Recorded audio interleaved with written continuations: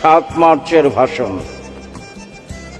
তার জীবনের শ্রেষ্ঠতম ভাষণ, সংক্ষিপ্ততম ভাষণ, কিন্তু যা করেছেন তা ব্যাখ্যা করা খুবই কঠিন।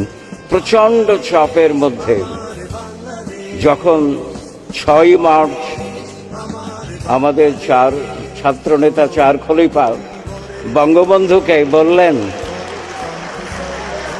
যে স্বাধীনতা ছাড়া কিছু বলতে পারবেন না, বঙ্গবন্ধু তখন বললেন, দেখ তোরা বেশি চাপাচাপি করবি না।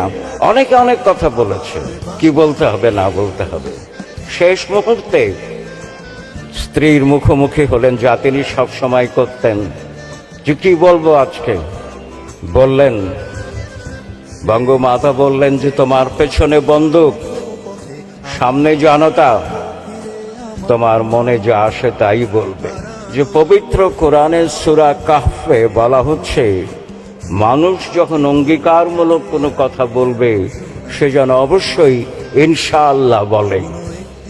বঙ্গবন্ধু বললেন, রক্ত যখন দিয়েছি আরো রক্ত দেব, বাংলার মানুষকে মুক্ত করে ছাড়বো ইনশাআল্লাহ।